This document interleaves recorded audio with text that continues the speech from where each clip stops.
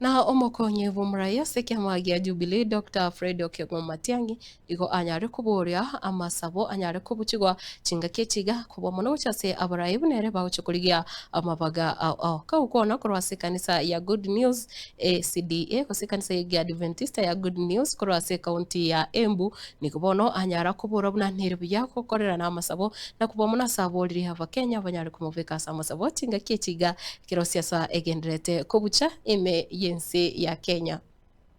Please pray for us, especially when you start the camp meetings and in your prayer groups, in your prayer cells, in your first pass, in your houses, my brothers and sisters. If I may speak on this very emotionally, if you, Seventh-day Adventists, will not pray for me, who will? Kama nyinyi hamutaniombea munipeleke kwa Mwenyezi Mungu, nyinyi ndugu zangu na dada, tunaomba na nyinyi pamoja kama Wakristo wa Adventista. Who will? And there are times when I think I'm out there almost on your behalf also. That when we are standing out there, we are hoisting the flag of the Lord and the flag of the cross.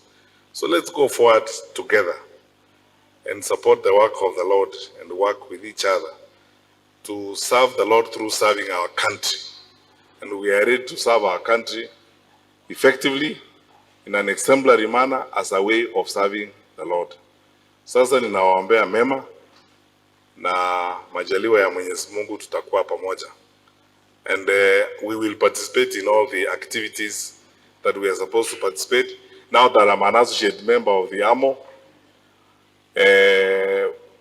Pastor Ireli, when I was in Meru, I said this and I don't mind repeating it again. Ideally, you know, Advent is the way we are. When we arrive here, unakuanga huko na pia nyumba yako, you must be a good member of good and regular standing.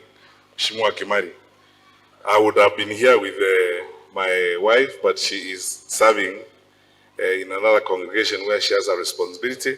But next time, I'll make sure that I'm here so that I also introduce the shepherdess. Yes, it is.